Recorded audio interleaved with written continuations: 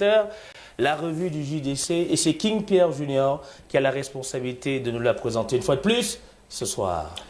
Et on commence avec le quotidien Le Messager pour ouvrir cette troisième sortie de la revue du JDC dans sa page culture qui traite d'un sujet assez important dans le secteur de l'hôtellerie avec pour titre Les maîtres rivalisent de connaissances. Il s'agit ici d'un événement qui a été organisé par le syndicat patronal des industries de l'hôtellerie et du tourisme en Abrégé SPID qui lance un concours du meilleur serveur qui aura lieu le 28 janvier prochain. Ce sera du côté de la capitale économique du meilleur serveur. Parce que maintenant on commence aussi à valoriser tout ce qui excelle dans ce métier. Toujours dans sa même page, on parle du génie IB qui fait danser tout le Cameroun avec un style qui est un mélange de tradition et de modernité. Vous pouvez trouver cela dans le quotidien Le Messager qui également revient comme les autres médias, fut-il presse écrite ou cybernétique, sur l'actualité de Liliane Thuram, parrain des ateliers Zunda et qui fait tout un portrait sur lui, c'est-à-dire sur le quotidien Le Messager. On rappelle que c'est l'édition d'hier parce que ce que vous devez aussi également savoir, c'est que